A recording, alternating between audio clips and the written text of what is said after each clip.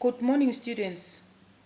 This PowerPoint presentation is for Curriculum Theory and Practice B, B8 CTB22 for the year 2022. I'll be your tutor for this module. My name is Mrs. Shirley Lydia Avases. My mobile number is 08141 90902. My email address is shareavis@yahoo.com. I'll be available for inquiries from 6 in the afternoon to 8 o'clock from Mondays to Sundays. Welcome to the module of Curriculum Theory and Practice B. In this presentation, I will discuss some of the content covered in your study guide to help you prepare for the upcoming exams. Please note that I will not give attention to the whole content. For inquiries, please contact or send me an email. Before you study, familiarize yourself with the learning outcome found at the beginning of each learning unit. Pay attention to your learning activities also and practice them to gain more understanding of the subject content. Let's look at the outline of the assignment and examinations. There will be one major assignment of 120 marks, and this assignment must be completed and you must pass it to be able to write examinations. An examination consists of 120 marks for 2.5 hours. Read all units that are covered in your assignments to prepare for examination. Examination consists of multiple choice questions, short answer questions, and long answer questions. All three exam papers will follow the same layout as of the assignment. Learning outcomes for this module are: analyze Namibian curriculum implementation issues, discuss the curriculum development and implementation role of educators, propose and discuss the design and implementation of a thinking skills program across the upper primary curriculum, discuss the evaluation of programs, evaluate learner and learning issues that influence curriculum implementation. Following are the key terminologies. Please pay attention to these terminologies or concepts: Bloom's taxonomy, critical thinking, interdisciplinary, cross-curricular teaching, character education, assessment, curriculum management, thinking skills, performance audit. Students, take note, these are not the only concepts. The concepts that you don't understand, you need also to study. For you to be able to master the content of this module, you need to know the concepts. You must familiarize yourself with the difficult concepts and terms. Unit 1. Let's look at the content of Unit 1, what educators are required to know when leading and managing the curriculum area which they are responsible for. Know what constitutes successful practice. Educators should know what the expected standards are, know what's going on across the school. Teachers should know which learners are significantly below or above their expected trajectory. Know and evaluate the strategies in place to meet the needs of those learners who are significantly below or above their trajectory. Same. Know where the practice is strongest and where it is weakest. Put strategies into place to improve practice, including coaching and or modeling successful practice, and keep up to date with research and developments. Powers and functions of a school board. A school board functions as a school body. A school board functions as a school body through which the community of school is able to participate in the administration of the school and its activities. School board advises and makes recommendations to the permanent secretary. subject to public service. The school board is subject to Public Service Act. They make recommendations to the permanent secretary with regard to the promotion and transfer of educators and other staff members. School board also investigates any complaint affecting the school. It considers inspection reports referred to in section 66 of the Act, Public Service Act. Where necessary, makes recommendation to the permanent secretary. It's also responsible for the supervision of building sites, fencing, and accessories. It performs any task which the permanent secretary may direct school boards in general or as a school board in particular to perform. Evidence showing improvement in the curriculum of Namibia. Namibia's curriculum is process-oriented rather than focused on the product only. It lays emphasis on the development of higher order thinking skills and fosters creativity. The education is no longer the authority. The educator is no longer the authority in the classroom. It used to be in the past. Instead, the educator acts mainly as a facilitator, helping children construct their own knowledge.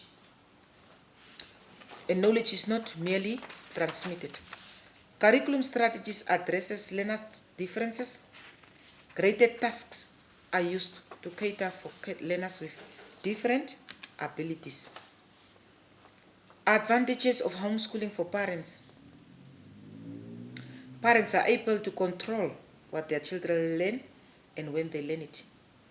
They show their children that learning is not boring but exciting.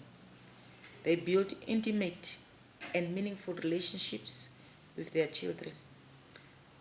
They tailor their teaching to fit their children's dominant learning styles. Give their children in-depth personal attention in any subject with which they struggle or excel. Create a weekly schedule that fits their needs and allows them as parents to do things without the constraint of a traditional classroom schedule. Transfer values and beliefs to their children and address their questions when they have them. Parents also protect their children from the negative influences they may experience. Parents also share with their children the common everyday joys of life. They can also take holidays during school year and make them educational. Components that will operationalize the quality improvement element of your school. Clear definition of skills and competencies that learners must acquire and at each level, ensuring consistency with competencies proven to be critical for effective functioning in a knowledge-based economy. Strengthening of educators to ensure that they can effectively facilitate the acquisition of set skills and competencies, increasing the provision of books and instructional materials to support educators in their facilitation of learning. Can verify when learners have acquired set skills and competencies and if the system is effective at facilitating this acquisition. Strengthening managers and educators, accountability for system effectiveness and learner acquisition of set skills and competencies. It is expected that the above mentioned quality improvement measures will lead to improve internal efficiency that is evident in mostly reduce school dropout rates or reduce repetition of grades. We move now to Unit 2. 6 steps a teacher should take to become a master teacher. A teacher should understand. As a teacher, you should understand your reasons for teaching. You should cultivate ethical behavior in your learners and yourself. Pull both patience and perseverance. Perfect teaching practices and assessment skills will make you a master teacher. connect positively to the whole school culture, and you should reflect on your own teaching. 5 ways that will help our schools to become among the best in the world. Making the most of the educators we have and unleashing their creativity. Offer a curriculum that really meets the needs of 21st century learners. Developing an approach to assessment that meets future needs. Develop a smarter approach to accountability. Making the most of the choices we have. Students must explain this in detail if it is asked in a question, and share also own experiences. The role of the classroom teacher. Identify learners' communicative needs, select and grade the syllabus content, execute subject evaluation, monitor and assess learning progress, group learners into different classes for learning arrangements. Selecting and creating materials also is an important role on learning activities for effective teaching. The functions of a syllabi. A syllabi is a very important document to a practicing teacher because it is the basis for the content delivered to the learner. Below are some of the reasons why it is important to have a syllabi. From the syllabi, the teacher can determine what topics are being taught at each level, class and grade. The syllabi outline terminal objectives. It gives the teacher the basis of evaluation, since these objectives specify the expected achievements at the end of the course. The syllabi lists concepts to be developed. It tells the teacher what learners should learn. The syllabi outlines the learning experiences and provides notes on the subject to be learned. This helps the teacher determine the depth of the content and the expected skills to be developed. The teacher can easily prepare materials needed to deliver lessons. The syllabi provides strategies and meanings of evaluating the learner's understanding of the subject. In some instances, the syllabi may suggest the skills to be evaluated and the weighing of each skill. Learning objectives must be SMART. What does this SMART stand for? It stands for specific, measurable, achievable, realistic, result-oriented, and time-framed. Differences between syllabus and a curriculum. A curriculum contains a broad description of general goals, while a syllabi is more detailed and operational document of teaching and learning elements. Syllabi curriculum indicates overall philosophy of education that applies across subjects, while the syllabi translates the philosophy of the curriculum. The curriculum reflects national and political trends, while the syllabi is a collection of related topics on the same subject. Unit 3, Challenges to implementing a thinking school skills program. Educator dispositions. This category were allocated such comments as it is difficult to adopt lesson approaches to include the thinking strategies, accepting learners' diversity and maintaining enthusiasms. These comments were of a rather general nature and tended to relate to out-of-session concerns. We have educator skills. This category includes comments such as facilitating is difficult, working with mixed age groups, challenging higher attaining learners, developing learner skills and assessment. These comments were of a more specific nature and are related to in-session difficulties. There is also lack of time to plan or develop resources, lack of time in the timetable. This category was used to allocate comments such as national curriculum constraints and pressures, but also time constraints identified within the session, such as allowing time for discussion to assimilate and find connections, and other. A small number of comments which did not fit into the above categories were grouped together, and it includes such comments as whole school communication, storing resources, and keeping up to date with training. The importance of developing the thinking skills of learners in the 21st century. There are several reasons why thinking skills are important. These skills are necessary for people to have in our rapidly changing, technologically oriented world. Learners in general do not have well-developed thinking skills. And although many people once believed that we are born either with or without creative and critical thinking abilities, research has shown that these skills are teachable and learnable.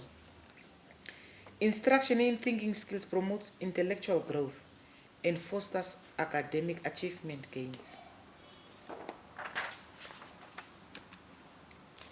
Instructional approaches found to promote thinking skills development include redirection and reinforcement, asking higher order questions during classroom discussions, and lengthening wait time during classroom questioning.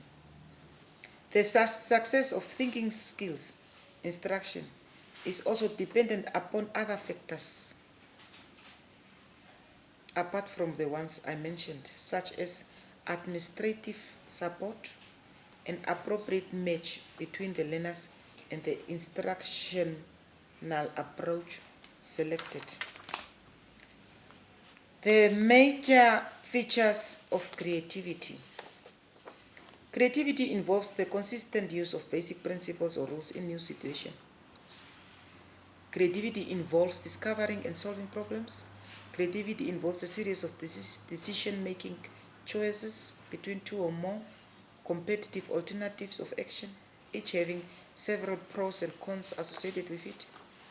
Creativity overlaps with other characteristics such as intelligence, academic ability, dependability, adaptability, and independence. Creativity also requires many of the same conditions for learning as other higher order thinking skills. The learning processes are enhanced by supportive environments and deteriorate with fears, insecurities, and low self-esteem. Differences between flexibility in thinking and metacognition. Flexibility in thinking. Some learners have difficulty in considering alternative points of view or dealing with several sources of information simultaneously. Their way to solve a problem seems to be the only way. They are more interested in knowing whether their answer is correct rather than being challenged by the process of finding the answer. As learners become more flexible in their thinking, they can be heard considering or paraphrasing another person's point of view or rationale. Metacognition. This entails the awareness of one's own thinking. We can determine if learners are becoming more aware of their own thinking if they are able to describe what goes on in their head when they think. When asked, they can describe what they know and what they need to know. They can describe their plan of action before they begin to solve a problem. They can list the steps and tell where they are in the sequence of problem-solving strategy. They can trace the pathways in blind alleys they took on the road to a problem solution. The cross-curriculum implementation steps of thinking skills program. The imparting of knowledge, content, and the development of thinking skills are accepted today as primary purposes of education. The explicit teaching and embedding of critical and creative thinking throughout the learning areas encourages learners to engage in higher order thinking. Activities that foster critical and creative thinking should include both independent and collaborative tasks and entail some sort of transition or tension between ways of thinking. They should be challenging and engaging and contain approaches that are within the ability or range of the learners, but also challenge them to think logically, reason, be open-minded, seek alternatives, tolerate ambiguity, inquire into possibilities, be innovative, and make them risk takers and use their imagination. Ways in which educators can teach critical thinking attitudes. The educator should model critical thinking. It is important to identify and name critical thinking processes as they occur in the classroom and to attempt to use them in a variety of situations. Learners should be actively involved and be encouraged to take the initiative as much as possible. A class should be organized as a community of inquiries on issues which are real and of genuine interest to learners, so that learners can actively think critically about experiences and problems identified by them.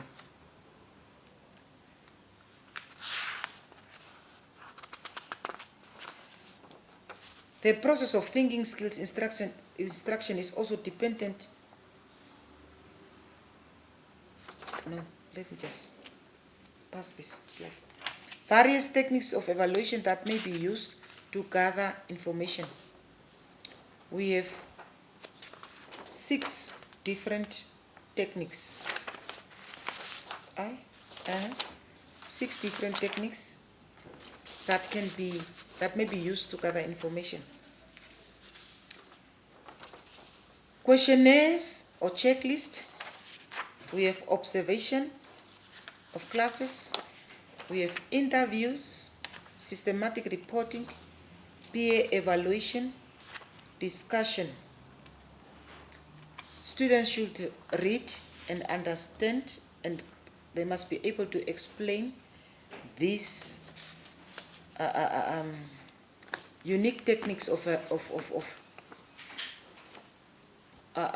these various techniques of evaluation that may be used to gather information.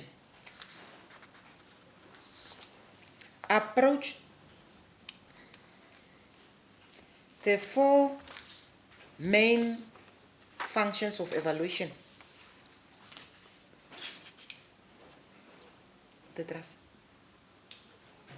The 4 main functions of evaluation are diagnosis, prediction, selection, and grading. Approach to teaching, learning, and assessment in Namibia. In Namibia, Namibia actually prepares for a knowledge-based society that requires a learner-centered approach to teaching and learning. This means that the point of departure or the starting point is always what the learners already know and can do. Learners pre-knowledge. Then acquiring new knowledge through ways of working which are relevant and meaningful for them. And learning how to apply their knowledge creatively and innovatively. Knowledge is not learned for its own sake, but must always lead to new understanding and new skills and the creation of new knowledge. At each step of the way, learners must show how competent they are in what they understand and can do. An integral, very, very important part of this approach is the integration of ICTs as a tool to enhance teaching and learning.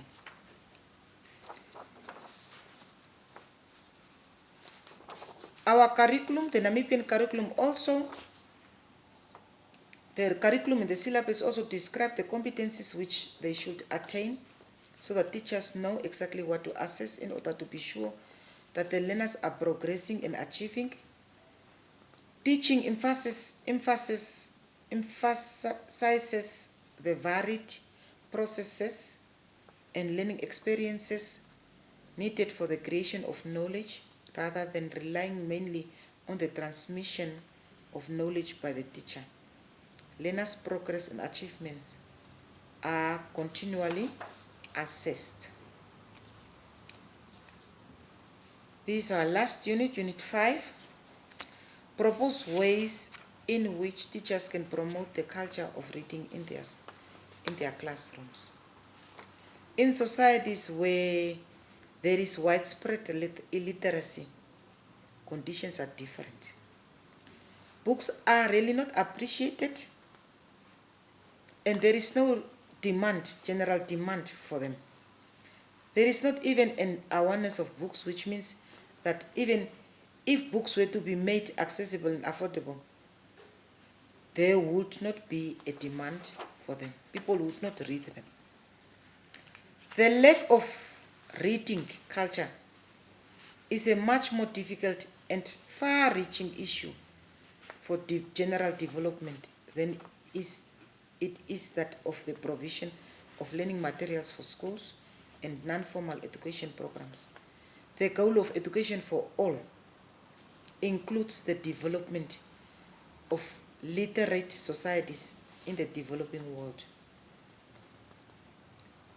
Cannot be attained just by providing quality learning materials to schools. If people are to stay literate, they must continue the habit of reading books and magazines, newspapers, various labels, posters, and signs in their adult lives. Advantages and disadvantages of corporal punishment on learners and learning.